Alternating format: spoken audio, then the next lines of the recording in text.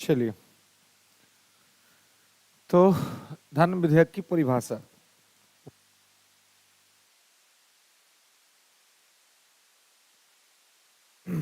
चलिए, तो धन विधेयक का परिभाषा, मनी बिल।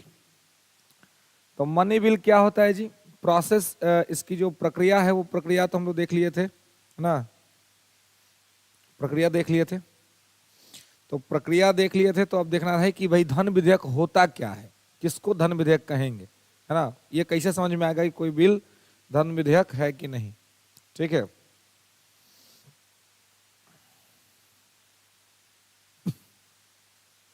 तो देखिए, आर्टिकल 110 धन विधेयक की परिभाषा।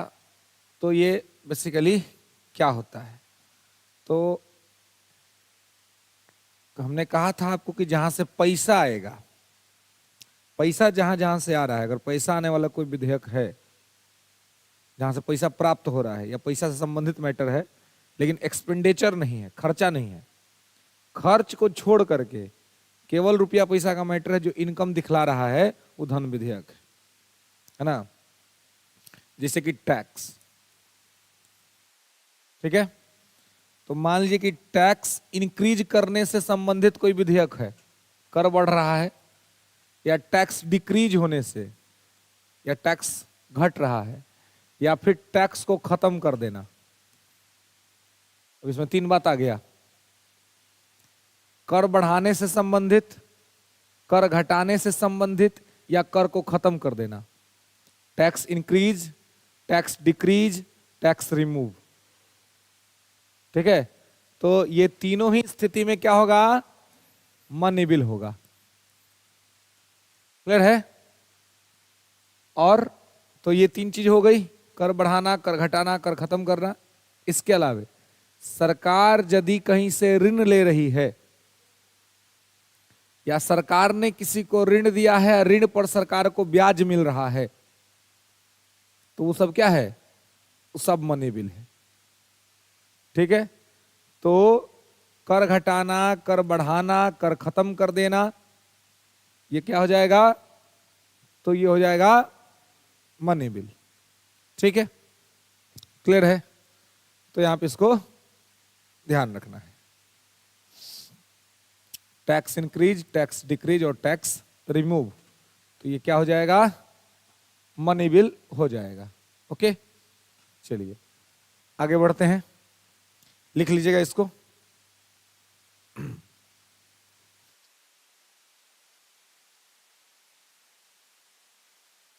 कर घटाना, कर बढ़ाना, या कर समाप्त कर देना धन विधेयक के अंतर्गत आता है। Tax increase, tax decrease and removal of the tax, all are the part of money bill. कर घटाना, कर बढ़ाना या कर समाप्त कर देना, ये क्या है? धन विधेयक है। ओके, आगे।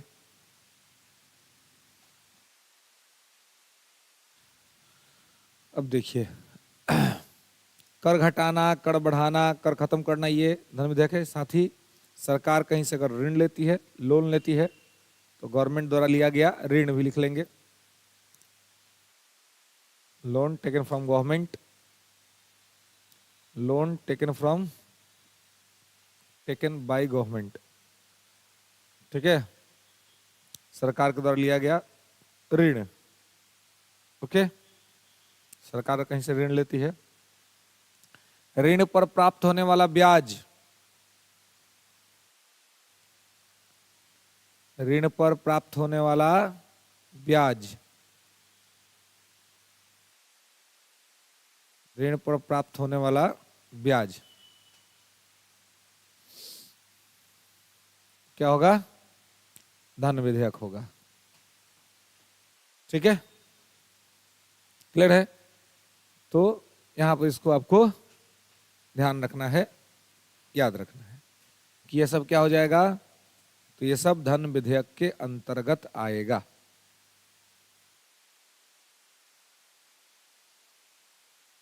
ठीक है, अब देखिए, तो ये सारी चीजें यहां पे अब आइए आर्टिकल 111।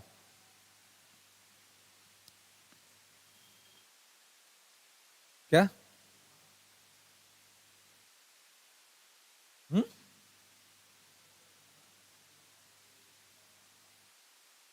क्या सामान खरीदना हो? हाँ, व्यापार करना, तो व्यापार इसमें कहा, व्यापार में तो पैसा खर्चा होगा ना। बोले थे ना किसमें कहीं सा और आगे बढ़ कर सोचना है ना। एक्सपेंडिचर का इसमें मैटर नहीं है फिलहाल, इसमें केवल इनकम का मैटर है ना। इसलिए कहते हैं कि सभी वित्त विधेयक, सभी धन विधेयक वित्त विधेयक हो सकता है, लेकिन सभी वित्त विधेयक धन विधेयक नहीं होगा, क्योंकि वित्त विधेयक का दायरा धन विधेयक से ज्यादा होता है। ठीक है, अब देखिए आर्टिकल 311 111, यह है वीटो, है ना। राष्ट्रपति का वीटो शक्ति, veto power of the president.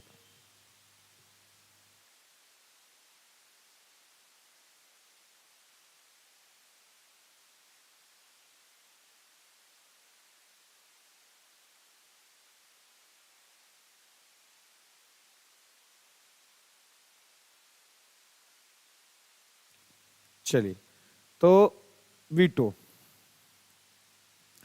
तो वीटो आप देखिएगा, तो वीटो 3 तरह का होता है। वीटो राष्ट्रपति का 3 तरह का होता है। कौन कौन सा? तो लिखिएगा, पहले निलंबनकारी वीटो, इसको कहते हैं सस्पेंसिव वीटो। निलंबनकारी वीटो यानी सस्पेंसिव वीटो, ठीक है। दूसरा आत्यांतिक वीटो यानी एब्सोल्यूट वीटो, आत्यांतिक वीटो यानी एब्सोल्यूट वीटो। उजाला कायम रहे। आत्यांतिक वीटो, ठीक है। नेक्स्ट पॉकेट वीटो,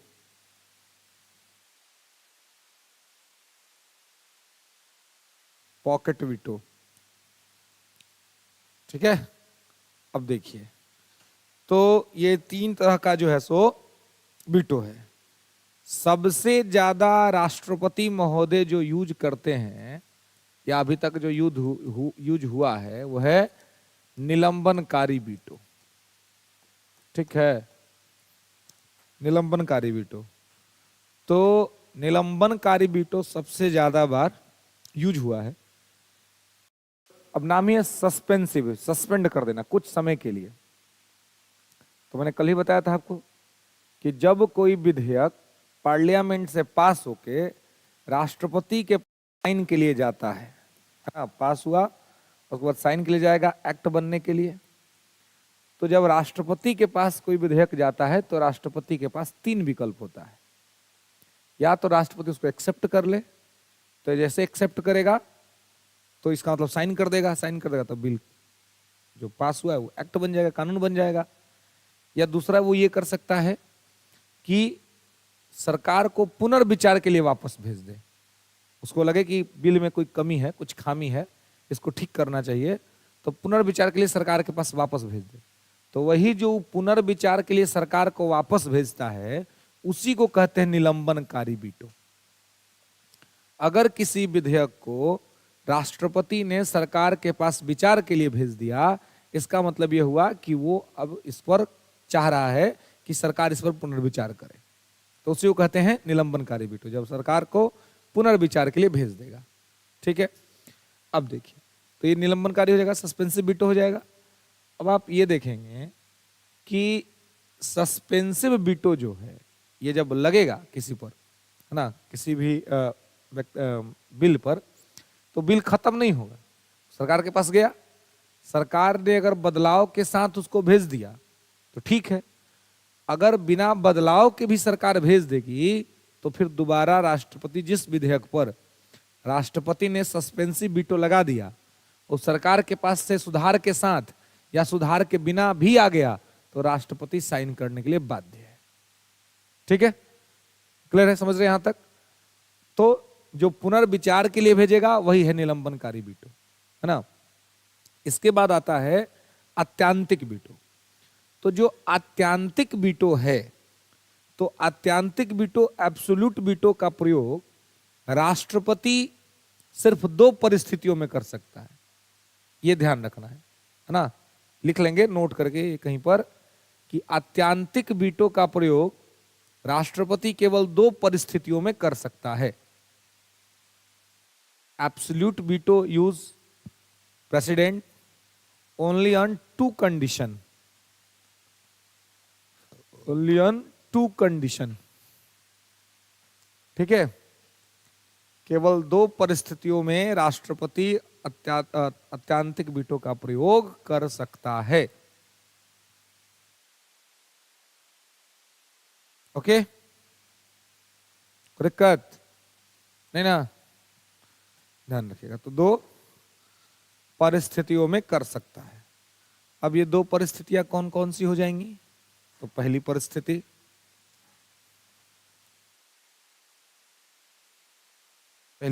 क्या हो जाएगा? तो आप देखेंगे कि 2 परिस्थितियों में कर सकता है।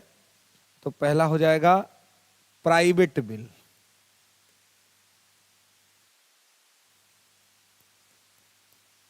है ना, प्राइवेट बिल यानी कि निजी विधेयक। ठीक है, तो कल ही बताया था ना कि विधेयक प्रकृति में 2 तरह का होता है, एक सरकारी और एक गैर सरकारी। ठीक है, तो प्राइवेट बिल को ही कहते हैं गैर सरकारी विधेयक या निजी विधेयक। ठीक है, तो एक तो प्राइवेट बिल के संबंध में प्रयोग कर सकता है। ठीक है, जैसे कि मान लीजिए कोई प्राइवेट बिल, कौन सा बिल होगा? कल बताए थे, प्राइवेट बिल कौन सा बिल होगा?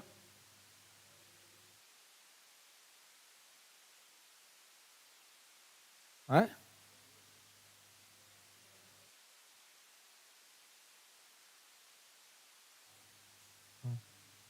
मंत्रियों के अलावे, इसमें इतना आप लोग कंफ्यूजन क्या होता है? आप लोगों को बोलने में क्या दिक्कत होती है? सीधे कहना है मंत्रियों के अलावे, एक्सेप्ट मिनिस्टर्स। आई कैबिनेट, फिर कल बताया था, समझाए थे आपको, कैबिनेट नाम नहीं लेना है, सीधे कहिए मंत्री के अलावे। मंत्री कह दिया तो सब आ जाएगा, शामिल हो जाएगा। कैबिनेट कह के अपने से अपना बात गलत प्रूफ करने का क्या मतलब है? तो यहां पर मंत्रियों के अलावे यदि कोई भी सदस्य कोई बिल लाता है तो वो गैर सरकारी बिल है, वो न प्राइवेट बिल है। ठीक है, ध्यान रखना है। तो निजी विधेयक, तो पहला तो ये हो गया। और दूसरा हो गया लेमडक सेशन में पास हुआ विधेयक, है ना। लेमडक सेशन में पास हुआ विधेयक, हिंदी में कहते हैं पंगु सत्र। हिंदी में इसको क्या कहते हैं? पंगु सत्र। यू नो अबाउट पंगु सत्र? लेमडक, लेमडक सेशन, पंगु सत्र, नाम सुने आपके इसको? है? और किताबवा कौन खोल ले हलो? ओकरा बंद कर दो। तो इंग्लिश का पूछ लीजिए, आई एम अवेलेबल हियर, है ना। इंग्लिश में तो मैं बोलता ही हूँ, है ना। तो अगर कोई इंग्लिश का वर्ड अगर नहीं हो तो कोई दिक्कत नहीं है ना। सिविल सर्विस में लूसेंट पढ़ना पाप लगने का काम है, पाप नहीं लगवाना चाहिए। अब तो कम से कम और नहीं। बीपीएससी में लोग पहले पढ़ लेते थे, पढ़ के पीटी पास कर जाते थे लूसेंट।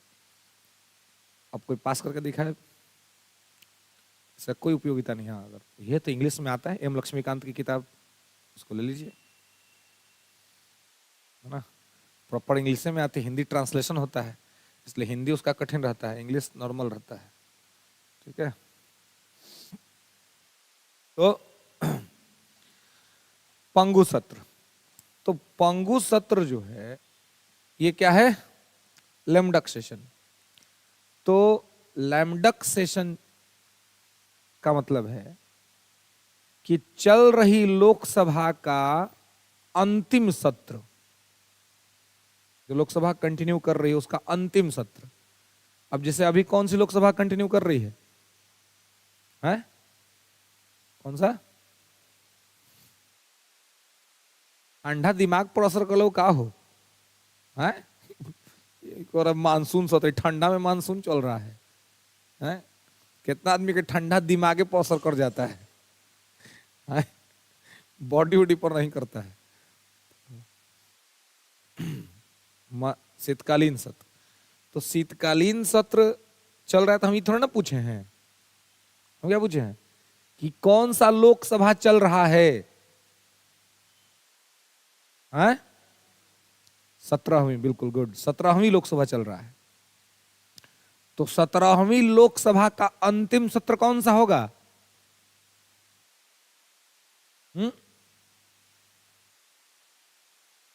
तुम्हें चलेगा? हाँ, कौन होगा? क्या होगा? नाइकी कन्या से शर्म आ रहा है जी, बोलो ना भाई खुल के, क्या बोल रहा है? हाँ, आजकल तो कन्या लोग शर्माती नहीं है, तुम गलत शर्म आ रहा है? बोल के ऐसे कल बोलो, क्या बोल रहे हो?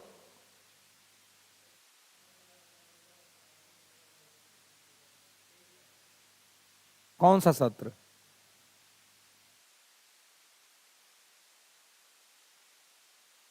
कुल हो क्या हो ना गांधी से तू, तो पर ठंडा ज्यादा असर करने का संभावना है। बजट सत्र, 2024 का बजट सत्र आपने बोला था ना, 2024 का बजट सत्र। चुनाव कब है? चुनाव कब है? मई में होगा। तो मई से पहले कौन सा सत्र चलता रहेगा? बजट सत्र। तो बजट सत्र हो गया अंतिम सत्र। 2023 में पता नहीं कोची को है, कह के फिर शर्माइयो रहा है। शर्माना का है जी, तो अपने स्ट्रेंथ कम है। आई देखिए, अब बोलने में नहीं शर्माना है, यो नहीं सोचना कि गलती बोल देंगे, तो हमेशा बोलते गलती बोलने में कोई दिक्कत नहीं, थोड़ा सा मजा लिया जाएगा आपका, और कोई बात नहीं होगा। ठीक है ना। तो उसके लिए घबराना नहीं है, कि गलती बोल दीजिएगा, बात सही जानेगा तो याद रहेगा जीवन भर, इसका एक फायदा रहता है। ऐसे उसका क्लास में अगर आप कुछ गलती बोले, हल्का फुल्का उस पर मजा ले लिया गया, और उसके बाद कोई यह बात आपको बोला गया ना, उस जीवन भर फिर उसको रिवीजन करने का जरूरत नहीं है। नहीं तो डरना नहीं है, बड़ी सीधी सी बात है। आपको सब आता तो आप यहाँ काहे आते? ये ठंडा में उठ करके, पैसा दे करके, फिर मैं क्यों आता? नहीं आता है ना। हमको भी आने का मन नहीं कर रहा था, लेकिन अब ड्यूटी है, काम है, तो जाना पड़ेगा। उठिए भाई, है ना। नहीं तो आराम से क्या 11 बजे तक आदमी सोता, फिर 11 बजे उठिए आराम से, ना टीवी भी देखिए, न्यूज व्यूज देखिए, फिर खाइए, फिर सोइए। पहले जब कोरोना आने से पहले लगता था कि यार बहुत मतलब काम हो गया। तो कोविड से का जो पहला 2020 में कोविड आया था, उससे पहले मैं जब पढ़ाता था, 2017 से मैं पढ़ाना शुरू किया था, तो 2020 में कोरोना से पहले तक बिहार, यूपी, एमपी और झारखंड 4 स्टेट में पढ़ाते थे। मजा आता था पढ़ा उस समय, कि मतलब मजा क्या आता था कि मतलब 2 से 3 दिन पटना में रहते थे, बाकी क्या सप्ताह अलग अलग स्टेट के अंदर में ज्यादातर झारखंड में, रांची और हजारीबाग में। तो कि हजारीबाग ऐसा सीट जगह है झारखंड का जहाँ एगो बच्चा आपको हिंदी मीडियम में नहीं मिलेगा। शिक्षा का स्तर इतना वहां पे ये है। और लगभग दिल्ली के संस्थानों का ब्रांच हजारीबाग में है। रांची में भले हो चाहे नहीं हो, लेकिन हजारीबाग में है, बहुत डेवलप सिटी है। तो अब उसमें क्या होता था कि बहुत काम रहता था उस टाइम पर, है ना। यहाँ पटना से क्लास लीजिए, क्लास लेते लेते रात हो गया, रात में फिर फ्लैट जाइए, बैग पैक कीजिए, बैग पढ़ के पहुँच जाइए मीठापुर बस स्टैंड, वहाँ बस पकड़िए, रात में बस में सोना है, फिर सुबह जाके उतर जाइए रांची, वहाँ उतर के फिर चलिए, सीधे उतरिए, फ्रेश होइए, नहाइए धुलाइए, चल जाइए क्लास लेने के लिए। मेड जो हमारी थी वहाँ पर, उससे कभी मेरा मुलाकात नहीं होता था, कभी मुलाकात नहीं होता था इन द सेंस ऑफ कि वो फोन पे ऐसे बोलते थे कि हम कल सुबह आ रहे हैं। तो क्या करती थी कि अपना सारा खाना वाना बना देती थी बेचारी, खाना बना दी अपना मॉर्निंग में ही। लेकिन हम जब पहुंचे तब तक वो आती नहीं थी, और हम पहुंच गए तो हम 5-4 बजे के आसपास उतर जाते थे, उतर के चले गए, फ्रेश हुए, उसके आने से पहले फिर चले गए ऑफिस क्लास लेने के लिए। अब वो आई, अब आई तू अपना सारा खाना वाना बना दी। अब मालूम चला हम उधरे रह गए, अब उधर से फिर फ्लैट आए नहीं, तो अब वहीं पे सब लंच उन सब हो गया, उसका खाना बनाया हुआ वहीं रह गया। फिर शाम में वो आके अपना खाना बनाए, जबकि देख रही है कि सुबह वाला खाना भी खत्म हुआ नहीं है, तो फिर वो शाम में आके अपना ड्यूटी करके चल जाती थी। तो फिर हम आते थे, तो ना तो मेरे से उससे का मुलाकात रेयरेस्ट ऑफ द रेयर कभी कभी होता था कि मतलब खाना भी जो है वो मतलब वेस्ट ही जाता था। फिर अंतिम में मुझे बोले कि काम करिए, आप बंद कर दीजिए, क्योंकि ना हमका आपसे मुलाकात होना का है, ना आपका हमारा हमसे मुलाकात होने का है, मुलाकात ही नहीं होता था। फिर एक झारखंड की एक और अच्छी बात क्या है कि वहाँ कनेक्टिविटी बड़ा अच्छा है। आ जाइए, सड़क बहुत अच्छा है ना। तो सड़क अच्छा होने से क्या था कि मैं आपको बताऊं कि मैं सेम डे में हजारीबाग और धनबाद दोनों जगह क्लास ले लेता था, जबकि हजारीबाग से धनबाद का डिस्टेंस लगभग 350 किलोमीटर है, और 350 किलोमीटर का डिस्टेंस 2 से 2.5 घंटा में पूरा होता था, मैक्सिमम 2.5 घंटा 2 घंटा में। और सबसे अच्छी बात कि हर जगह के लिए एसी बस, स्लीपर सीट, ताकि आपको कोई दिक्कत नहीं हो, मतलब सब था। तो इसलिए वहां पे पता नहीं चलता था। अपने बिहार में अगर ये करना हो तो मुश्किल हो जाएगा, क्योंकि ट्रैफिक का इश्यू इतना है, सड़क ऐसे हैं कि आप 100 किलोमीटर जाने में आपको लग जाएगा 3 घंटा, 300-350 किलोमीटर का तो बात ही अलग है। तो स्थिति कभी कभी ऐसी होती थी कि घर में आके यहाँ पटना में सोते थे बेड पर, लगता था कि क्या तो कहीं बस में है, ना तो कहीं ट्रेन में है ना, कुछ ना कुछ अपना हो रहा है, तो आदत हो जाता है आदमी को। ऐसे फेज में अचानक से आया लॉकडाउन। तो लॉकडाउन जब आया तो पहला बार तो बड़ी मजा आया कि यार अब छुट्टी मिला है, अब आराम करना है, रेस्ट करना है। 10 दिन आदमी रेस्ट किया, 12 दिन, लेकिन मोदी जी फिर टीवी पर कहते 1 महीना और रेस्ट करो भाई, 2 महीना और रेस्ट करो। ऐसे रेस्ट करते करते 2 साल रेस्ट, है ना। तो इसे समझिए कि तब उस समय समझ में आया कि काम में व्यस्त रहना ही ज्यादा अच्छा है तुलनात्मक बैठे रहने का या आराम करने का। कि जब आप काम में रहिएगा तो आप ज्यादा फ्रेश रहिएगा और ज्यादा फ्री रहिएगा। और जब फ्री में रहिएगा मतलब कोई काम अगर आपके पास नहीं है, आप कोई काम नहीं कर रहे हैं, तो आराम हमेशा करने का चीज नहीं है। और आराम उन्हीं लोगों के लिए बना है जो लोग थकते हैं, और जो थक ही नहीं रहा वो कुछ आराम करेगा जी। ऐसा कुछ होता है कि छुट्टी चाहिए, तो छुट्टी किस बात का? काम करते होता ना छुट्टी है, काम नहीं कोई कर रहे हो तो कौन बात का छुट्टी, है ना। तो बड़ा इंपॉर्टेंट होता है कि आदमी किसी भी तरीके से जीवन के अंदर में काम में व्यस्त रहे। तो यहां पर था लैम्डक सेशन। लैम्डक सेशन प्रत्येक 5 वर्ष पर होता है सामान्य तौर पर। तो लैम्डक सेशन में कोई भी काम अगर होता है तो राष्ट्रपति उसको अपनी पूर्ण मंजूरी नहीं देता है ना। राष्ट्रपति उसको अपना पूरा मंजूरी नहीं देता है। क्यों? तो राष्ट्रपति कहता है कि भाई देखिए, आपका 5 साल काल तो लगभग कंप्लीट हो गया, अब आपके पास जनता का बहुमत है कि नहीं ये नहीं पता है। तो चूंकि जनता का बहुमत है कि नहीं पता है, तो फिर आपके द्वारा पास किए गए विधेयक को हम कैसे मान्यता दे दे। इसलिए पंगु सत्र में कोई विधेयक जब पास होकर राष्ट्रपति के पास जाता है ना, राष्ट्रपति उसको अपने पास सुरक्षित रख लेता है, परमिशन नहीं देता है जल्दी।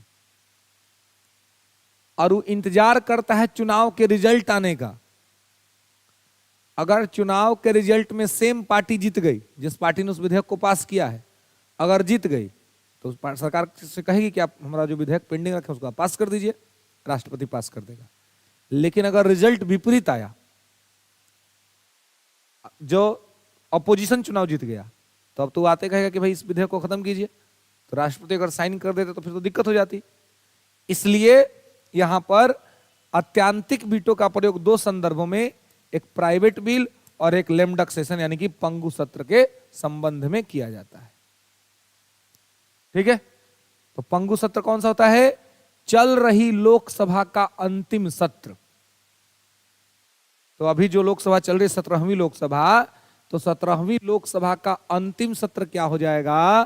तो 17वीं लोकसभा का अंतिम सत्र हो जाएगा आपको बजट सत्र, या किसी भी लोकसभा का। इससे पहले का भी 16वीं लोकसभा जो चल रही थी, उसका भी अंतिम सत्र कौन सा है? बजट सत्र ही होगा, क्योंकि बजट सत्र के बाद ही चुनाव होता है, चुनाव बजट सत्र से पहले नहीं होगा। इसीलिए आप देखिएगा कि जिस वर्ष चुनाव होता है उस वर्ष 2 बार बजट आता है। अब देख लीजिएगा, इस बार फरवरी में एक बजट आएगा, उस बजट का नाम होगा अंतरिम बजट। फरवरी में जो बजट आएगा इस बार, उसका नाम होगा अंतरिम बजट। अब फिर जून में बजट आएगा, जब सरकार बन जाएगी नई सरकार, तो फिर बजट आएगा, उसका नाम होगा वार्षिक बजट, एनुअल बजट। तो जिस वर्ष चुनाव होता है उस वर्ष 2 बार बजट आता है। बात समझ रहे हैं? तो क्यों आता है? क्योंकि वही लेम डक सेशन है। सरकार के पास अब माना जा रहा है कि बहुमत नहीं है, इसलिए ऐसी सरकार जिसके पास बहुमत नहीं है, उस सरकार के द्वारा बनाया गया जो बजट है वो साल भर के लिए नहीं चलेगा, बस 2-3 महीना तक जब तक है तब तक चलेगा। फिर नई सरकार आएगी तो वही सरकार बनाएगी, भले वो सेम सरकार रिपीट हो जाए। तो रिपीट हो जाए तो कम से कम पता तो चलेगा कि जनता ने अभी भी इसमें विश्वास बनाए रखा हुआ है। क्लियर है? देखिए 24 का चुनाव सामने है ना, तो यहां पर आप जो पढ़ रहे हैं वो प्रैक्टिकल भी आपको दिखेगा। फरवरी में जो बजट आएगा उस पर लिखा होगा अंतरिम बजट, है ना। और अगर चेक करना हो तो आप 2019 का चेक करिए, 2019 के फरवरी में भी आया था अंतरिम बजट। जिस वर्ष चुनाव होता है उस वर्ष जो बजट फरवरी में बजट आता है वो अंतरिम बजट होता है, और फिर जून जुलाई में बजट आता है वो होता है वार्षिक बजट। क्या और कोई नहीं? और कोई नहीं, इसको पंगु सत्र ही कहते हैं। कभी कभी इसको बीमार सत्र भी लिख दिया जाता है कहीं कहीं पर, है ना, बीमार सत्र इसको कहीं कहीं पर लिख दिया जाता है। ठीक है, लेकिन इंग्लिश में एक ही वर्ड है लेम डक सेशन। ठीक है, ये पंगु सत्र है। ओके, दिक्कत? चले आगे, चलिए। तो ये था भाई, और एक चीज अभी तो और है ना, पॉकेट वीटो। तो ये हो गया दोनों, इसमें कोई दिक्कत नहीं। अब आइए पॉकेट वीटो। तो पॉकेट वीटो क्या है? देखिए, जब किसी वीटो विधेयक को राष्ट्रपति अनिश्चित काल के लिए अपने पास सुरक्षित कर ले और टाइम ही ना बताए कि कब साइन करेंगे या कब परमिशन देंगे, तो अनिश्चित काल के लिए जब किसी विधेयक को राष्ट्रपति अपने पास सुरक्षित रख लेता है तो समझ लीजिए कि पॉकेट वीटो लगा दिया। जब टाइम ही नहीं बता रहा है, इसका मतलब कि कब पास होगा नहीं होगा इसको नहीं जानता है।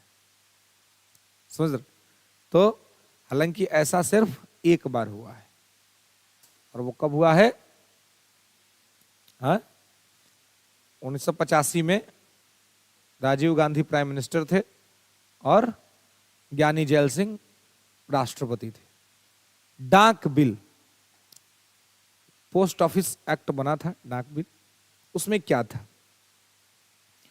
तो उसमें था कि बीच में कहीं पर भी किसी की चिट्ठी निकाल के पढ़ी जा सकती है।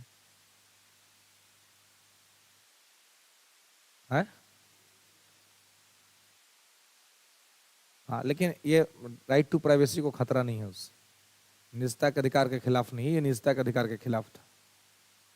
ठीक है, तो जब विधेयक लाया गया, ये कानून पास हो गया, राष्ट्रपति थे ज्ञानी जैल सिंह, ज्ञानी जैल सिंह ने उस पर लगा दिया वीटो, क्योंकि उन्होंने कहा कि भाई इस विधेयक के पास हो जाने से लोगों के निजी जो चीजें हैं वो बाहर आ जाएंगी। अब कोई आदमी किसी को लेटर लिख रहा है तो अपना मनोभाव लिखेगा ना जी। अब मालूम चला दूसरा कोई पढ़ के आनंद ले रहा है, ये कोई बात हुआ? तो 1 to 1 है ना। अब तो चलिए मोबाइल फोन आ गया तो बड़ा सुविधा हो गया जी। वो चिट्ठी वाला जमाना आप लोग देखे कि नहीं देखे होंगे, फील नहीं किए होंगे। आपने कभी किसी को चिट्ठी दिया है? आप लोग नहीं दिए? चिट्ठी देने वाला हम लोग का समय मतलब नहीं था। हाँ, दूसरा का चिट्ठी दिए थे। हाँ, दूसरा का चिट्ठी 2 बार हम दिए हैं और 2 बार पकड़ा गए हैं और 2 बार पिटाए हैं। हमारे घर वाला पकड़ लिया, यह सब काम करता है। बोले हमरा कुछ मालूम, हमरा बोल लो कि तोरा मिठाई खिलेबो, तो हम तो लेके चल गए। तो लेके चल गए गाँव में उसमें उतना पता नहीं था, आदमी पढ़ता भी नहीं था। वो बोल दिया दिया, जाके दे दिया। तो उसका और घर वाला आदमी उसको कंप्लेन नहीं किया, जाके हमारा घर कंप्लेन कर दिया। बोले देखिए ये ऐसे कर रहा है। तो बोले यार, घर वाला बोला क्या करता है जी? नहीं हमको कहा, हमको खोल के पड़े गए हैं, हमको बोला दे दो, हम जाके दे दिए, है ना। हमको चाहे उसमें क्या है नहीं है। तो पहले क्या होता था, पहले तो अब तो मतलब वो सब चीज उस समय जब ये सब घटनाएं घटी तब तो नहीं समझ, लेकिन अभी समझ में आता है कि भाई लेटर का क्या सिग्निफिकेंस रहा होगा उस टाइम पे। अभी तो बहुत सुविधा हो गया ना जी, मोबाइल फोन वगैरह तो आराम से आप सूचना प्रसारित कर देते हैं, है ना, कोई दिक्कत नहीं होता है। अब पहले लेटर का समय था। हालांकि जब लेटर का समय था तो एक उसकी अच्छी बात एक और ये थी कि उस समय लोगों के पास धैर्य था। धैर्य था।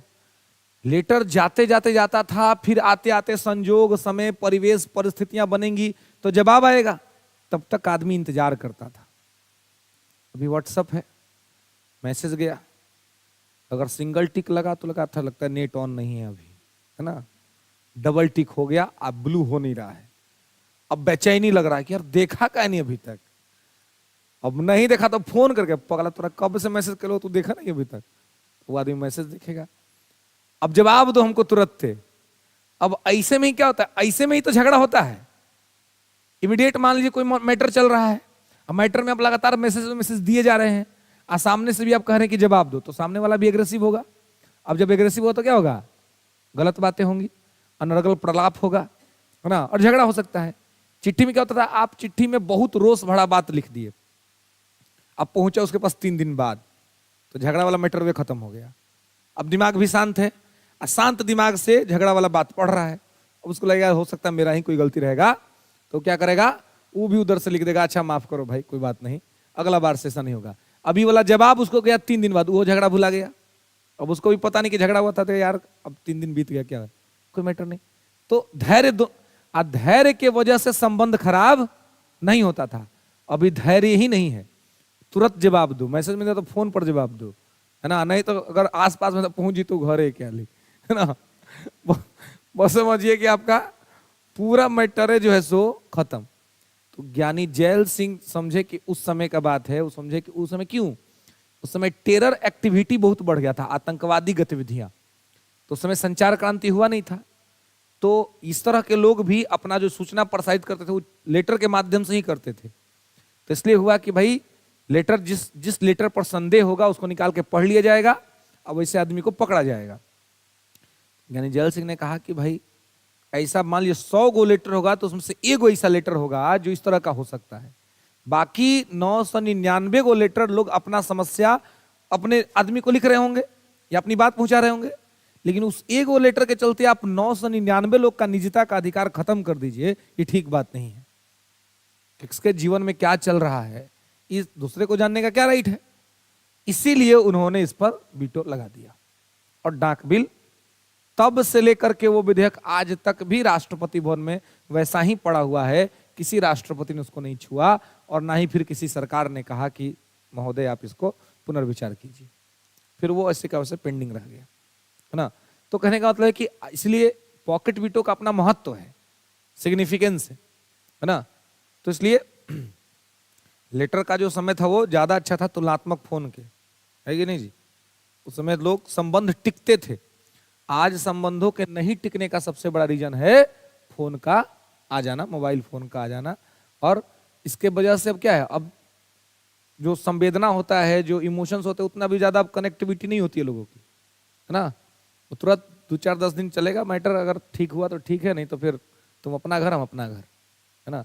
इमोशनल कनेक्टिविटी को भी मोबाइल फोन ने क्या कर दिया है, कम कर दिया है। संवेदनात्मक जो लगाव होता है वो खत्म हो चुका है ना। सब चीज फोन से जुड़ा हुआ है। 2 4 10 दिन बात कर रहे हैं तो सब ठीक है, 5 दिन ब्रेक कर दीजिए, दूसरा कोई बात करने आ जाएगा, बात ही खत्म, अब आप रिप्लेस हो जाएंगे। और ये क्या हो रहा है, ये ह्यूमन टेंडेंसी इस तरीके से बन ही रही है कि पूरा व्यवस्था आपका जो है सो गड़बड़ हो रहा है। अगर इस सब सिचुएशन को अगर नहीं कंट्रोल किया गया व्यक्तिगत स्तर पे, तो भारत को यूरोप बनने में टाइम नहीं लगेगा। भारत उसी रास्ते पर अग्रसर है। अब ये, क्योंकि अब ये लोगों को फैशन भी लग रहा है कि कोई बात नहीं, कोई और सही, कोई और सही, कोई और सही, कोई और सही, चेंज करते रहेंगे, कोई दिक्कत नहीं है। तो ये क्या है, हाँ तो मनाना पड़ेगा फादर्स डे। समय वो, अब वो समय दूर नहीं। अगर अगर हम नहीं सुधरे, अगर हमारी जनरेशन नहीं सुधरी, अगर हमारी जनरेशन नहीं सुधरी, तो हमारे यहां फादर्स डे और मदर्स डे मनाना पड़ेगा। अब बच्चों को बताना पड़ेगा कि तुम्हारी माँ कोई और थी उस टाइम पर, तुम्हारे पिता कोई और थे उस टाइम पर, बताना पड़ेगा। अगर हम नहीं सुधरे, बताना पड़ेगा। यूरोप में तो यही होता है। आज हम लोग को ये सुन के लग रहा है ना यार क्या बात है ये, क्योंकि अभी हमारा समाज वैसा हुआ नहीं है। यूरोप में ये कोई बात नहीं। तो मतलब कि इस नैतिक पतन को स्वीकार करने का आदत यूरोप को हो गया है, इसलिए उसको लगता है ये कोई बड़ी बात नहीं है। आने वाले समय में हमारी भी पीढ़ी को ये आदत हो जाएगा, उसको लगा यार कोई बात नहीं, ऐसा होता ही है। तो अगर अभी नहीं सुधरे, जिस सनातन संस्कृति के बारे में 1893 में विवेकानंद ने शिकागो में स्पीच देकर के समझाया था, उसको यदि रक्षा करना है तो इसके लिए कोई कानून रक्षा नहीं कर सकता है। क्योंकि कानून में तो हम अधिकार के युग में जी रहे हैं, हर चीज के लिए अधिकार चाहिए, तो कानून नहीं बचा पाएगा। हमारा समाज, हमारा परिवार और परिवार के द्वारा मिला हुआ संस्कार ही बचा सकता है, दूसरा कोई कानून नहीं बचाएगा। कानून अगर बचाना होता तो कानून डौरी खत्म करा चुका होता। कानून को बचाना होता तो बिहार में शराब मिलना बंद हो गया होता, नहीं हुआ ना, लोग पी ही रहे हैं, डौरी चल ही रहा है। तो हर चीज का समाधान कानून में नहीं है, बहुत चीज का समाधान व्यक्तिगत स्तर पे है कि इंडिविजुअली हम अपने स्तर पे क्या सुधार कर रहे हैं। क्या हमने निश्चित कर लिया कि हम एक जिसके साथ है उसके साथ है, अब चाहे जो बात हो, है ना, चाहे कुछ भी हो, एनीथिंग, है ना। करना कि राम को मानते हैं तो राम के आचरण पे भी तो चलना चाहिए ना। राम में कहता हूँ, विश्वामित्र जी ने कहा कि कोई बात नहीं, यहाँ सीता से शादी कर लो, वहां जाना, तुम्हारे पिताजी खुद ही 3 शादी किए हुए हैं, राजा का तो ये परंपरा है, इसमें शिकायत भी नहीं होगी, कोई दिक्कत नहीं होगा। पंचवटी रहे थे श्री रामचंद्र, तो वहां पे आ गई कौन, सुपनखा, खूब सुंदर स्त्री बन करके जा करके बैठ गई, बोली शादी करना है तुमसे, तुम इतने सुंदर युवा हो और मैं इतनी सुंदर युवती हूं, हम दोनों का कॉम्बिनेशन बड़ा अच्छा है, जब चलेंगे साथ में तो अच्छे कपल दिखेंगे। राम ने कहा कि देखो भाई, मेरा शादी हो चुका है, मेरी पत्नी है साथ में, मेरा एक भाई है, मैं वनवास में हूं। उसने कहा कि इस जंगल में कौन देख रहा है, कहां कोई अयोध्या का आदमी जानेगा कि तुमने दूसरी शादी कर ली, कोई जानेगा, कोई नहीं जानेगा। और रहा बात तुम्हारी पत्नी का, तो 2 मिनट में काम खत्म कर देंगे, हम तो राक्षसी हैं, है ना, तो कोई जानेगा ही नहीं इधर क्या प्लान हो रहा है, कोई जानेगा ही नहीं। बोले कि नहीं, मैं पत्नी से बहुत प्रेम करता हूं, तो बोले कि ठीक है, तो उससे भी प्रेम करो, कोई दिक्कत नहीं है, हमसे शादी कर लो, उसको दासी बनाकर रख लेंगे। राम ने कहा नहीं। उसने यहां तक समझाया कि जंगल है, अयोध्या बहुत दूर है, कोई जानेगा ही नहीं, किसी को पता ही नहीं चलेगा कि राम ने दूसरा विवाह किया है, फिर भी तुमको क्या दिक्कत है। तो राम ने क्या समझाया कि ये हमारा नैतिक आचरण है, दूसरा कोई जाने या ना। हम लोग बहुत बार बहुत सारा अपराध इसलिए कर लेते हैं कि कोई देख थोड़ी ना रहा है, यही सोच के कर लेते ना, कौन देख रहा है, कहाँ माता पिता को पता चलने वाला है, कहाँ भाई बंधु जान रहे हैं, करो जो कर रहे हैं सो, कहाँ कोई जान रहा है। ऐसे में हम बहुत सारा चीज अनैतिक अनर्गल कर लेते हैं कि कोई जान नहीं रहा है, तो क्या दिक्कत है करने में। लेकिन ऐसे में आपकी अपनी जो आत्मा है वो तो जिंदा है ना, उस समय भले वो आपको नहीं रोकेगी, लेकिन बाद में आपको अपने ही किए हुए चीजों पर पश्चाताप होगा और आपकी आत्मा आपसे कहेगी कि आपने जो किया वो ठीक नहीं किया। कोई भी काम कर रहे हैं और करने वक्त आपको डर लग रहा है अपने अंदर में ही, इसका मतलब आपका आत्मा आपको सपोर्ट नहीं कर रहा है, आप गलत कर रहे हैं, लेकिन फिर भी आप उस पर चढ़ाई करके अपना काम कर रहे हैं, आप अपनी आत्मा को मार रहे हैं अपने अंदर में, फिर आप उस काम को कर रहे हैं, जबकि आपकी आत्मा, आपका सोल आपको सपोर्ट नहीं कर रहा है, वो कह रहा है कि गलत है। डर लग रहा है आपको, आपको लग रहा है कि माता पिता के बाद मैटर जाएगा तो क्या होगा, फिर भी आप कर रहे हैं, इसका मतलब आप आत्मा की नहीं सुन रहे हैं। और अगर कुछ करना ही है तो माता पिता को विश्वास में लेके करे, बता के करे, अगर उनकी अनुमति हो तो करे, फिर कोई दिक्कत नहीं है, क्योंकि सामाजिक मान मर्यादाओं के हमारे संरक्षक हमारे माता पिता हैं। जैसे इस संविधान का संरक्षक कोर्ट है, वैसे सामाजिक मर्यादा का संरक्षक हमारे माता पिता हैं। अगर उनका परमिशन मिल गया अब करिए, कोई दिक्कत नहीं है, क्योंकि वैधता तो वही देंगे, वैलिडिटी वही देंगे। उनकी वैलिडिटी मिल गई तो कोई दिक्कत नहीं है, लेकिन अगर उनकी वैलिडिटी नहीं मिली, जैसे कि सुप्रीम कोर्ट के वैलिडिटी के बिना अगर आप कोई काम कर रहे हैं तो आपको जेल हो सकता है, वैसे माता पिता के वैलिडिटी के बिना अगर आप कुछ करते हैं तो सामाजिक तिरस्कार का सामना करना पड़ सकता है। जेल तो नहीं होगा, लेकिन सामाजिक तिरस्कार तो होगा, समाज में आपकी जो स्थिति है वो कमजोर हो जाएगी। इसलिए उस स्थिति के बारे में भी सोचने करके आदमी को आगे बढ़ना होता है। लेकिन दिक्कत यही है कि अभी अधिकारों के युग में कर्तव्यों की बात नहीं होती है, अभी केवल अधिकार, इट्स माई राइट, हम ये करेंगे, हम वो करेंगे, क्योंकि हम कमजोर नहीं हैं, हम ताकतवर हैं, हम मजबूत हैं, तो हम सब कुछ करेंगे। सब कुछ करने के चक्कर में हम अपने ही स्थिति को और खराब कर रहे हैं। ये तो पुरातन जो सनातन संस्कृति है भारत की, वो अपने आप में इतनी यूनिक है कि पूरा यूरोप इसके सामने नतमस्तक होता है। क्या लिख लीजिए, क्वेश्चन तो बनते हैं।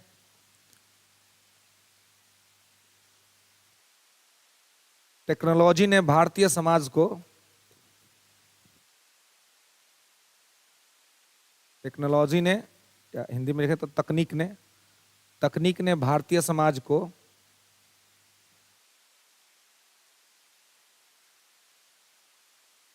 नैतिक पतन की तरफ अग्रसर किया है। चर्चा करें। तकनीक ने समाज को नैतिक पतन के तरफ अग्रसर किया है। चर्चा करें। Ethical downfall. Technology promote to ethical downfall of society. Do you agree with that? तकनीक ने समाज को नैतिक पतन के तरफ अग्रसर किया है। इस पे बहुत बार सवाल बनते हैं, बहुत बार आप आईएएस मेंस उठा के देखिएगा तो लगातार जीएस पेपर 1 में 250 का जो पेपर होता है, उसमें एक पेपर होता है हिस्ट्री का, एक पेपर होता है ज्योग्राफी का, और 50 नंबर का होता है इंडियन सोसाइटी। 250 का पेपर होता है पेपर 1। उसमें ये लगातार भारतीय समाज के पतन की अवस्था, भारतीय समाज की स्थिति, मोबाइल फोन्स, टेक्नोलॉजी, इंटरनेट ने किस प्रकार से समाज को पथभ्रष्टता की तरफ आगे बढ़ाया है, उस तरह से सवाल आपसे लगातार पूछे जाते हैं। और इस तरह के जब प्रश्न आते हैं तो लगता है कि कहाँ से स्टार्ट किया जाए और कहाँ पर खत्म किया जाए, है ना। तो एक चीज तो इस तरह के प्रश्नों को लिखते वक्त एक चीज हमेशा ध्यान रखना है कि विज्ञान और तकनीक वरदान है, अच्छी चीज है, लेकिन अगर इसका प्रयोग सही तरीके से नहीं हुआ तो इसको अभिशाप बनने में टाइम नहीं लगेगा। तो इसलिए इसका उपयोग गलत नहीं है, यह है तो ठीक है, लेकिन इसका उपयोग अगर सही तरीके से हो तो यह हमारे लिए वरदान साबित होगा। लेकिन अगर इसका प्रयोग हम नकारात्मक तरीके से करेंगे, गलत तरीके से करेंगे, तो यह हमारे लिए अभिशाप साबित होगा। तो अभिशाप न बनने दे, इस बात का ध्यान रखना है। खैर, तो यहां पर पॉकेट वीटो का प्रयोग बस एक ही बार हुआ है, उसके बाद फिर कभी हुआ नहीं, इसलिए इसको ध्यान रखेंगे कि ये जब किसी विधेयक को राष्ट्रपति अपने पास बहुत लंबे समय तक के लिए सुरक्षित रख लेता है, तो ऐसी स्थिति ही क्या कहलाती है कि राष्ट्रपति ने पॉकेट वीटो का प्रयोग कर दिया। क्लियर है? चलिए अब आइए आर्टिकल 112।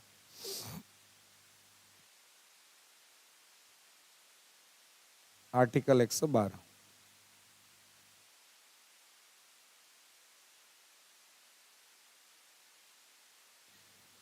अब देखिए, तो 112 क्या है भाई? 112 है बजट।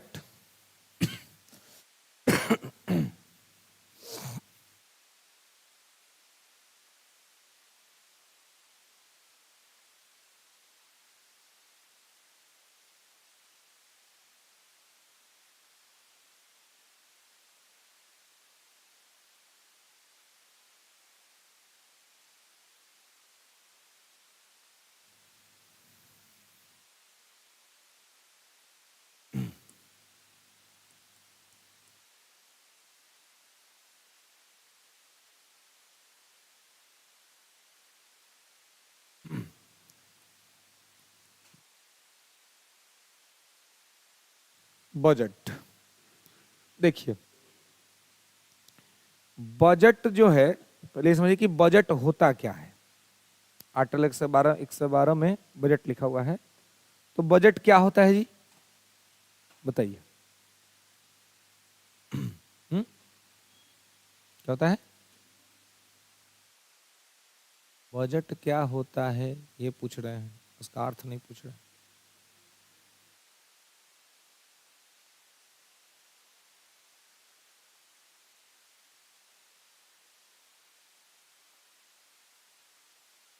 गठबंधन करके बताना है?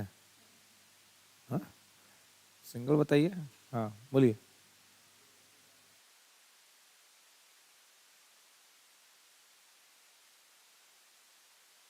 आगामी वर्षों का मतलब आने वाले 200-400 साल जो होगा। हाँ। आगामी वर्ष मतलब आने वाला वर्ष सब 200-400 साल जो आगा। अच्छा, 1 साल का। ये सब इंस्टॉलमेंट में बताना है। हाँ? बजट क्या होता है?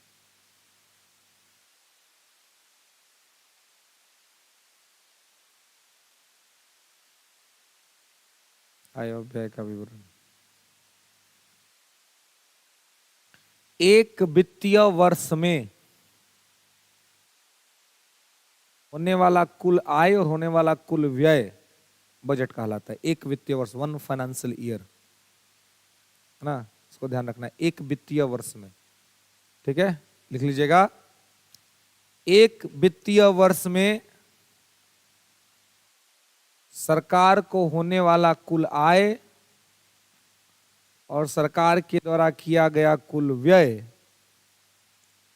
एक वित्तीय वर्ष में सरकार को होने वाला कुल आय और सरकार के द्वारा किया गया कुल व्यय बजट कहलाता है।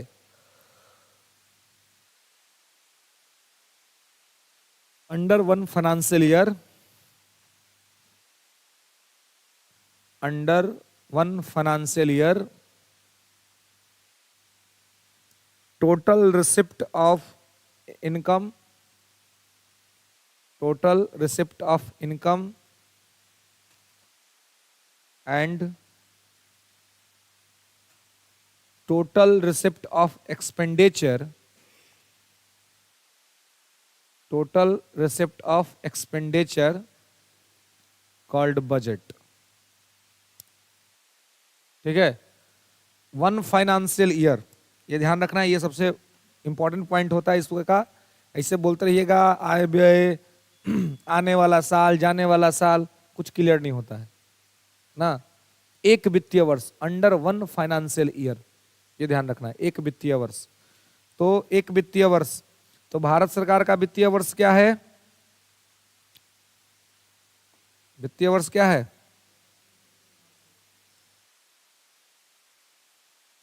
अब 1 अप्रैल से 31 मार्च, 1 अप्रैल से 31 मार्च, यह है भारत सरकार का फाइनेंशियल ईयर। तो अब देखिए, इस वजह से इसको आगामी कहते हैं, इसी वजह से इसको आगामी कहते हैं, क्योंकि 1 अप्रैल से है ना, जनवरी से दिसंबर तो है नहीं, अप्रैल से मार्च तक है, इसलिए जब भी बनेगा तो आगामी ही बनेगा, इसलिए इसको आगामी कहते हैं। ठीक है, तो 1 अप्रैल से 31 मार्च ये भारत सरकार का फाइनेंशियल ईयर है। आरबीआई का फाइनेंशियल ईयर क्या है जी? आरबीआई का वित्तीय वर्ष क्या है?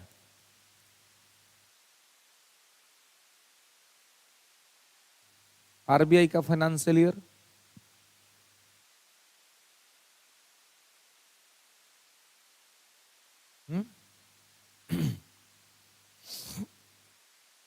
क्या? देखिए, आरबीआई का फाइनेंशियल ईयर जो पहले था वो था 1 जुलाई से 30 जून। 1 जुलाई से 30 जून, ये पहले था आरबीआई का, पहले था। लेकिन 2021 में इसको बदल दिया गया। लगातार यही चल रहा था, लेकिन 2021 में ही बदला है, और बदल करके अभी भारत सरकार के फाइनेंशियल ईयर से मैच करा दिया गया है। यानी वर्तमान में आरबीआई का फाइनेंशियल ईयर वही है जो भारत सरकार का फाइनेंशियल ईयर है, यानी कि 1 अप्रैल से 31 मार्च।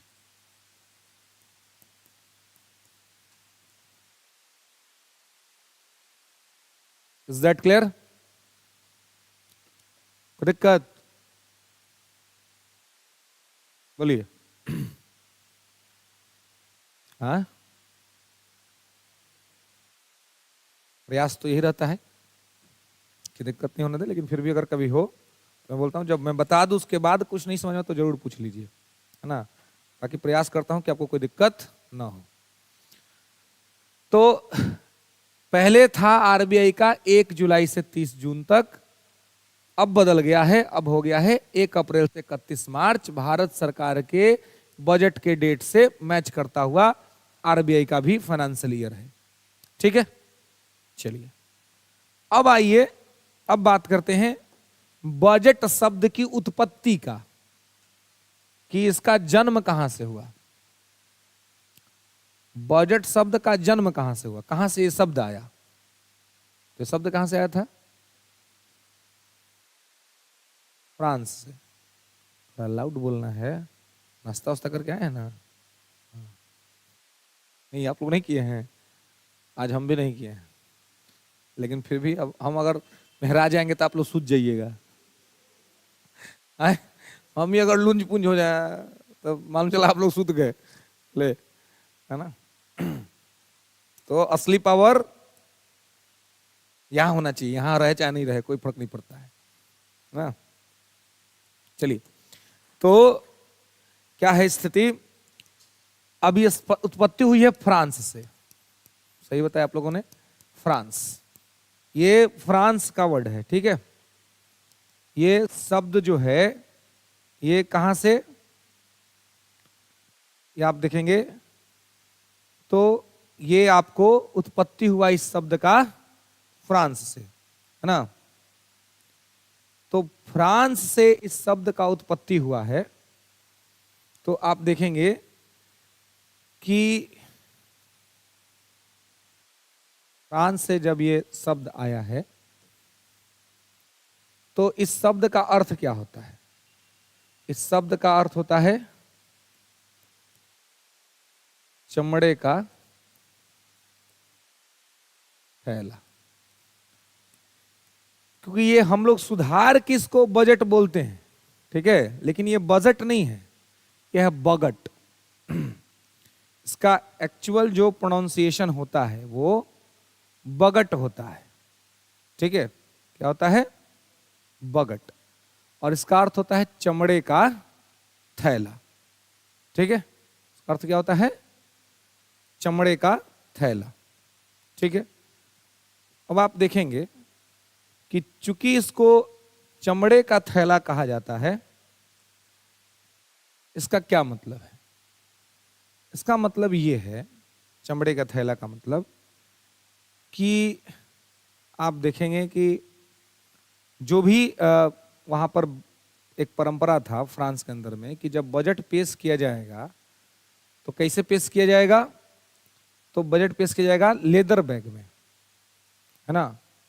तो सबसे पहले बजट पेश हुआ था फ्रांस में, और फ्रांस में किसने पेश किया था? तो फ्रांस का राजा था लुई 14वां, और लुई 14वां का वित्त मंत्री था कोलबर्ट। लुई 14वां का वित्त मंत्री था कोलबर्ट।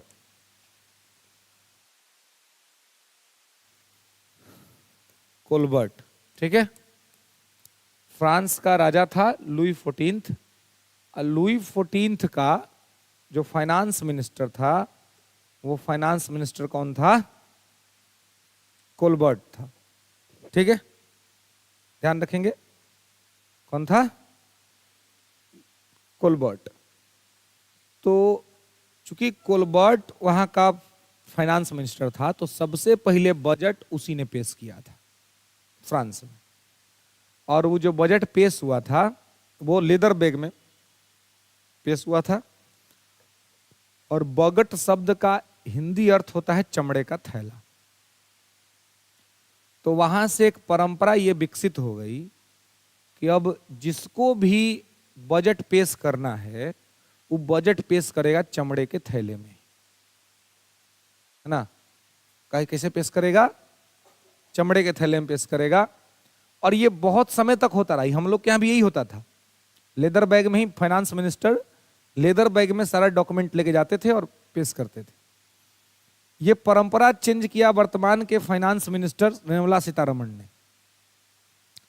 इन्होंने लेदर बैग छोड़ करके खाता बही लेकर के गई। एक झोला इन्होंने सिलवाया था, बहुत फेमस रहा था वो झोला।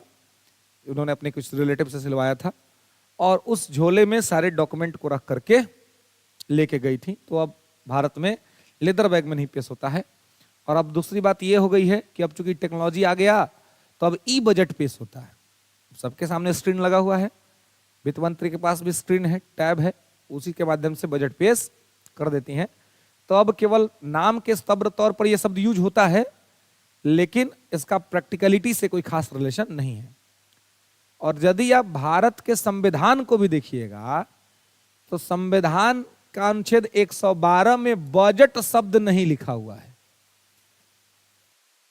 आम बोलचाल में सरकार भी बजट कहती है, हम लोग भी बजट कहते हैं, सब लोग बजट कहता है, लेकिन भारत के संविधान में बजट नहीं लिखा हुआ है।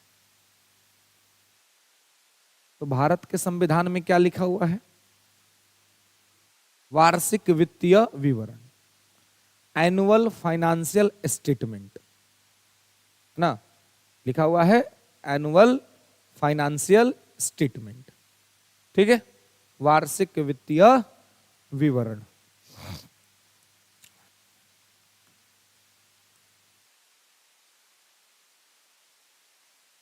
वार्षिक वित्तीय विवरण, एनुअल फाइनेंशियल स्टेटमेंट।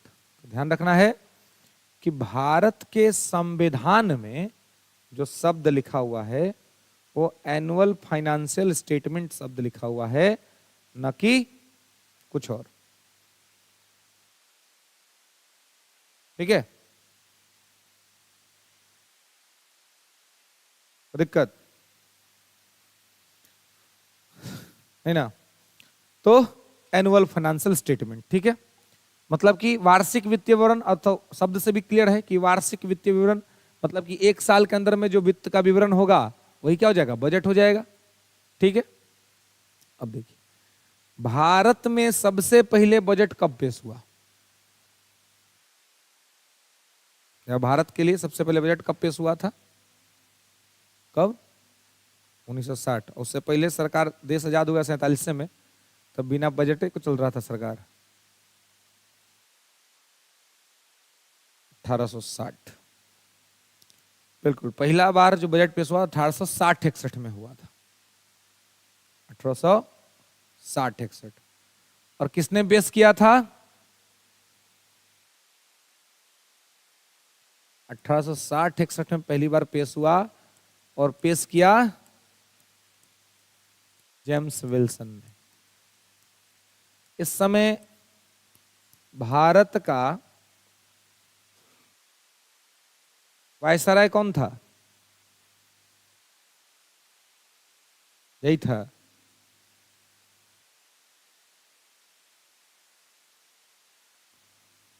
इस समय भारत का वायसराय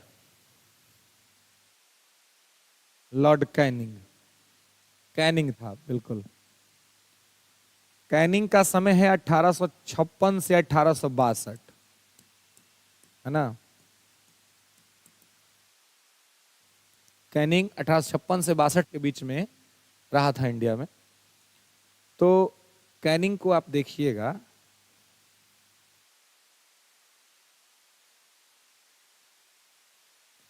कि ये 56 से 57 तक भारत का गवर्नर जनरल था, लेकिन 58 में इसका डिमोशन हो गया, क्योंकि ये आया था गवर्नर जनरल के पद पर, आईसी के समय में हो गया 1857 का क्रांति। तो क्रांति के बाद गलती सब किया था डलहौजी, लेकिन डलहौजी तो पहले ही चल गया था। जैसे आप कहीं जाके झगड़ा करके आप किसी को धर के बढ़िया से पीट दिए, अब पीट के आके अपने लुका गए, कहीं भाग गए, और द्वार पर वो जब आया पीटने के लिए तो पकड़ा गया आपके भाई चाहे चाचा चाहे कोई मौसा, है ना। मालूम चला कि उनको धर के पीट के चल गया सब। तो वह हुआ 1857 के क्रांति के लिए सबसे ज्यादा जिम्मेदार था डलहौजी, और डलहौजी 56 में चल गया लंदन। तो उसके जगह पर आया कैनिंग, बस लोग धर के इसी को पीट दिया। इसी समय क्रांति हो गई। और जब क्रांति हुई तो ब्रिटेन में कहा गया कि इसी के यह नहीं संभाल पाया है, इसलिए इसी का पद डिमोशन कर दो। तो आया था गवर्नर जनरल बन के, बन गया वायसराय। तो 58 से 62 तक ही वायसराय के पद पे रहा, और आजादी तक वायसराय का पद ही रहा उसके बाद, क्योंकि शासन महारानी के हाथ में चला गया था। ठीक है, तो यहां पे इसको ध्यान रखना है ना। चलिए, तो अब क्या है, तो आप देखिए कि इस प्रकार से जब परिस्थिति यहां पर बना तो क्या हुआ कि बजट पेश हो गया। अब उस समय जो बजट पेश हुआ तो एक ही बजट पेश हुआ, है ना, जो आम बजट होता था। जैसे कि आज भी अब एक ही बजट पेश होता है, आम बजट। रेल बजट अलग से पेश नहीं होता है, पहले रेल बजट और आम बजट अलग अलग पेश होता था। तो पहली बार जब पेश हुआ तो एक ही साथ पेश हुआ था बजट। लेकिन बाद में क्या हुआ, 1921 में एक कमिटी बनी थी, उसका नाम था एकवर्थ कमिटी। एकवर्थ कमिटी, ये 1921 में बनी। 1921 में बनी एकवर्थ कमिटी। तो जब 1921 में बनी एकवर्थ कमिटी, तो एकवर्थ कमिटी ने कहा कि रेल बजट को आम बजट से अलग कर दिया जाए, है ना। पहले बजट एक ही साथ आता था, तो 1921 में ये बना। तो इसने 1924 में सिफारिश किया कि रेल बजट और आम बजट को अलग कर दिया जाए, अब अलग अलग पेश किया जाए। उस समय तक बजट एक ही आता था, लेकिन 24 में जब इस सिफारिश किया तो रेल बजट को आम बजट से अलग कर दिया गया कि रेल एक बजट एक अलग से आएगा, आम बजट अलग से आएगा। ये सिफारिश ने कब किया, 1924 में। और 1925 में इसका ये सिफारिश लागू हो गया। 1925 में सिफारिश लागू हो गया। और लागू हो गया तो अब क्या हुआ, अब रेल बजट और आम बजट दोनों अलग अलग आने लगा। ठीक है, रेल बजट और आम बजट दोनों अलग अलग आने लगा। और ये लगातार यही चलता रहा, आजादी के बाद भी यही होता रहा। इवन मोदी जी जब प्राइम मिनिस्टर बने तब यही होता था। लेकिन 2017 से ये बात बदल दिया गया, 16 से ही हुआ कि भाई अब रेल बजट और आम बजट अलग अलग नहीं आएगा, अब एक ही साथ आएगा। तो प्रधानमंत्री के मुख्य आर्थिक सलाहकार हैं एक, उनका नाम क्या है, विवेक देवराय। तो विवेक देवराय समिति ने सिफारिश किया कि रेल बजट और आम बजट को एक कर दीजिए। इसने सिफारिश किया, विवेक देवराय।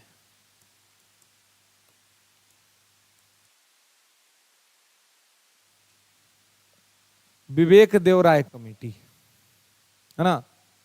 तो विवेक देवराय कमेटी ने क्या कहा कि रेल बजट और आम बजट को एक साथ कर दिया जाए। ठीक है, तो इन्होंने दोनों को क्या कर दिया, एक साथ करवा दिया। ठीक है,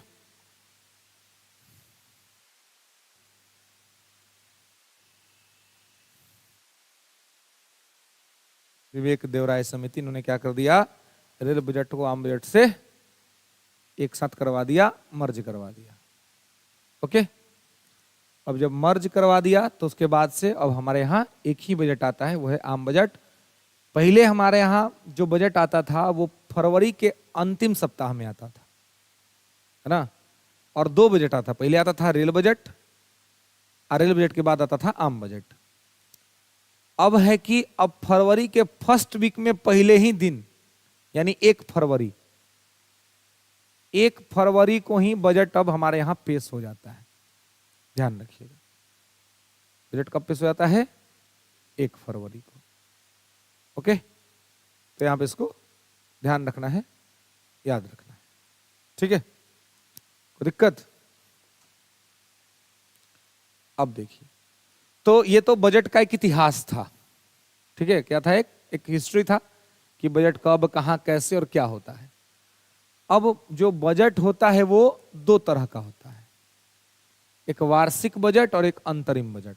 लिख लेंगे कि बजट दो प्रकार का होता है, एक वार्षिक बजट और एक अंतरिम बजट।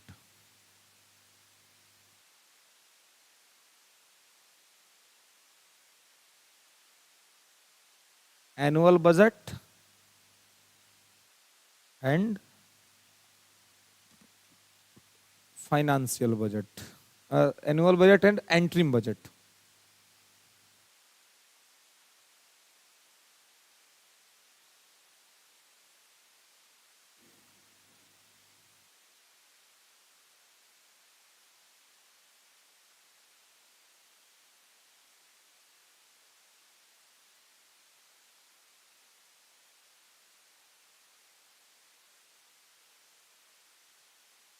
ठीक है,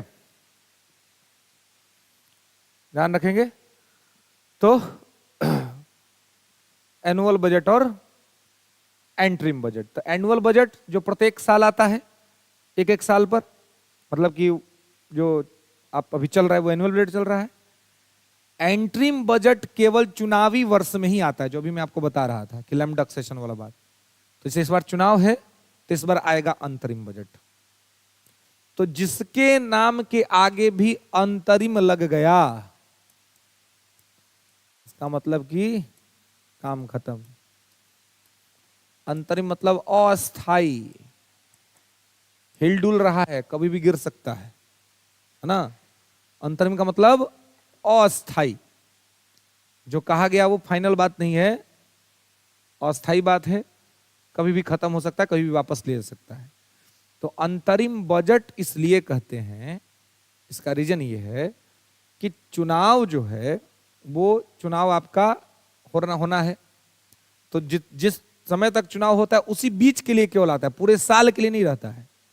अब बाकी अगले बार 2025 में आएगा तो फाइनल बजट आएगा सीधे, मतलब कि वार्षिक बजट आएगा। लेकिन जिस वर्ष चुनाव रहता है उस वर्ष पहले आता है अंतरिम बजट, तो इस बार आएगा अंतरिम बजट। आप देखिएगा फरवरी 1 को जो बजट आएगा उस पर लिखा रहेगा अंतरिम बजट। और आर्थिक समीक्षा कब आता है? इकोनॉमिक रिव्यू सरकार कब पेश करती है? आर्थिक समीक्षा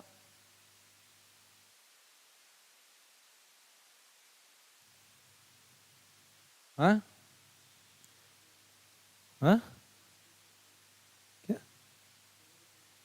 फरवरी के लास्ट वीक में क्या कर लाएगा जी? आर्थिक समीक्षा पेश होता है बजट आने के एक दिन पहले, यानी कि 1 फरवरी को बजट आया तो 31 जनवरी को आर्थिक समीक्षा आ जाएगा, इकोनॉमिक रिव्यू। ठीक है, पहले आर्थिक समीक्षा नहीं पेश जाता था, आर्थिक समीक्षा पेश करने की परंपरा 2003 से विकसित हुई है ना। इकोनॉमी में आप लोग पढ़े होंगे, एक होता है फिस्कल डेफिसिट, है ना, एक होता है बजट डेफिसिट। क्या अंतर होता है फिस्कल डेफिसिट और बजट डेफिसिट में? बजट घाटा और राजकोषीय घाटा का में क्या अंतर है?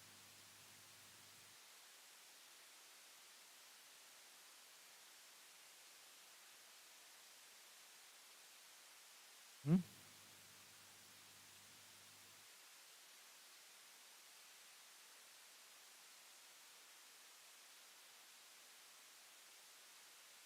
हुँ।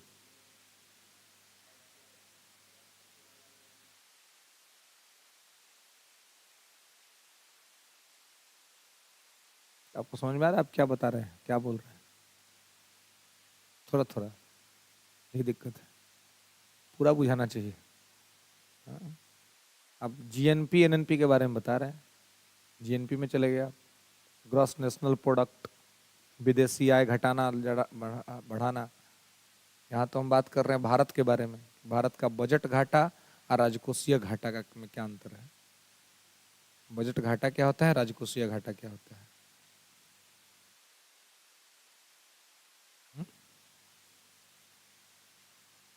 क्या हमेशा जीरो रहता है? अच्छा, यस सर, हमें भी वही था। फिजिकल डेफिसिट जीरो दिखाया। फिजिकल डेफिसिट हमेशा कम से कम 3% तो सरकार लेके चलती है कि 3% हो गया। जीरो कहाँ से हो गया? मिनिमम सरकार 3% का टारगेट रखती है, इससे ज्यादा होते रहता है, जीरो लेकर चलती है। जीरो कहाँ से लेकर चलेगी? 3% तो उसका बेस है।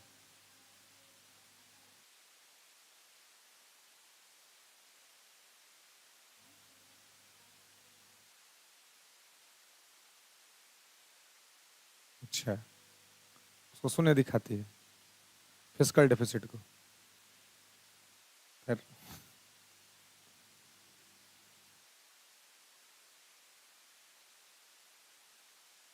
अच्छा, बजट घाटा खाली क्या होता है इतना तो बता सकते हैं? केवल बजट घाटा क्या होता है? बजट डेफिसिट, बजट घाटा किसको बोलेंगे?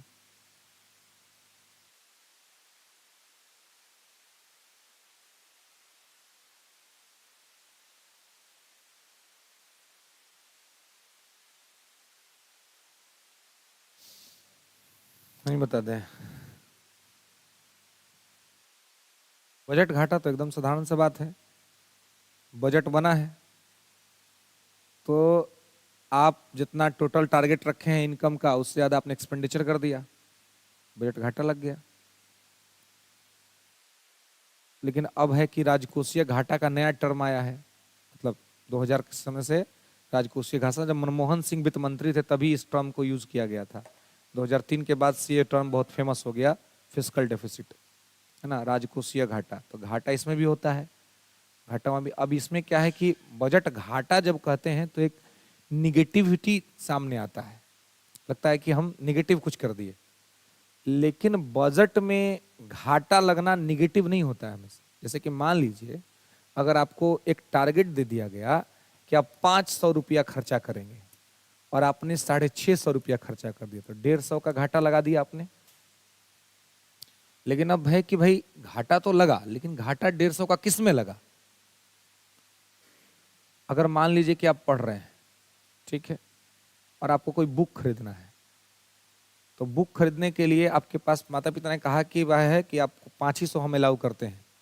आपने कहीं से कर्जा लेकर के, कहीं से लेकर के आपने 150 खर्चा कर दिया और आपने वो बुक ले लिया और आप वो बुक पढ़ गए। तो एक्स्ट्रा तो हुआ है, कर्जा तो हुआ है 150 का, लेकिन उस कर्जे से आप पता नहीं कितना और पैसा बना सकते हैं। बुक पढ़ लिया ना, अपने आप को रिसोर्स बना लिया, संसाधन बना लिया, अब आप कमाएंगे, उससे आपका वैल्यू बढ़ेगा। तो इससे क्या होगा, अब आप उससे उस 150 से 1.5 गुना ज्यादा कमाएंगे, 200 गुना ज्यादा कमा लीजिएगा। तो वो खर्चा गलत हुआ कि सही हुआ? तो खर्चा सही हुआ। लेकिन अगर उसको ऐसे ही बजट घाटा कहेंगे तो निगेटिव दिखेगा। इसलिए जब सरकार पूंजियों के प्राप्ति के लिए, कैपिटल जनरेट करने के लिए जब खर्चा को बढ़ा देती है और खर्चा करती है, तो उसको हम राजकोषीय घाटा के तौर पे देखते हैं। और उसको कहा जाता है, सरकार अपना रखती है कम से कम 3%, ये 3% तो हम रखेंगे, इससे ज्यादा हो जाता है, इससे ज्यादा हो जाता है, लेकिन लक्ष्य रखती है कि 3%, इससे ज्यादा नहीं। लेकिन बहुत बार 4%, 5%, 6% भी हो जाता है। लेकिन सरकार बराबर कहती है कि हम इसको थोड़ा कम करेंगे, इसको कम करके लेके आएंगे। तो बेस 3% तक रखती है और कहती है कि इतना तक तो कम से कम करेंगे। इससे क्या होता है, खर्चा करने का छूट रहता है सरकार के पास। क्योंकि अगर आप उसको लिमिट में बांध दीजिएगा तो फिर वो डेवलपमेंट का काम और कैपिटल जनरेशन का काम वो ठीक से नहीं कर पाएगी। तो अपने लिए कैपिटल को जनरेट करते रहने के लिए वो एक रखती है कि हम इतना तो खर्चा करेंगे, अपने बजट से बाहर जाएगा, मतलब पहले से तैयार है कि घाटा लगेगा, पहले से इस बात के लिए तैयार हैं कि घाटा लगेगा। जैसे कि पहले से आप तैयार हैं कि हमको अगर पढ़ना तो है, हमको कर्जों लेके पढ़ना पड़े तो हम पढ़ेंगे। क्यों? क्योंकि आपको अधिकारी बनना है। जिस दिन अधिकारी बन जाएगा तो जो कर्जा दिया है ना, उसी का जमीन खरीद लीजिएगा उससे। तो इसलिए सरकार अपने आप को एक अपने देश में रिसोर्स क्रिएट करने के लिए ये सोचती है कि हम अपना एक रखेंगे किस लेवल पे, अगर हमको जाके खर्चा करना पड़े तो हम खर्चा करेंगे, खर्चा को रोकेंगे नहीं, क्योंकि रोक देंगे तो डेवलपमेंट इंपैक्ट होगा, कैपिटल जनरेट नहीं होगा। इस आदमी, सामान्य आदमी बिजनेस क्यों नहीं करता है?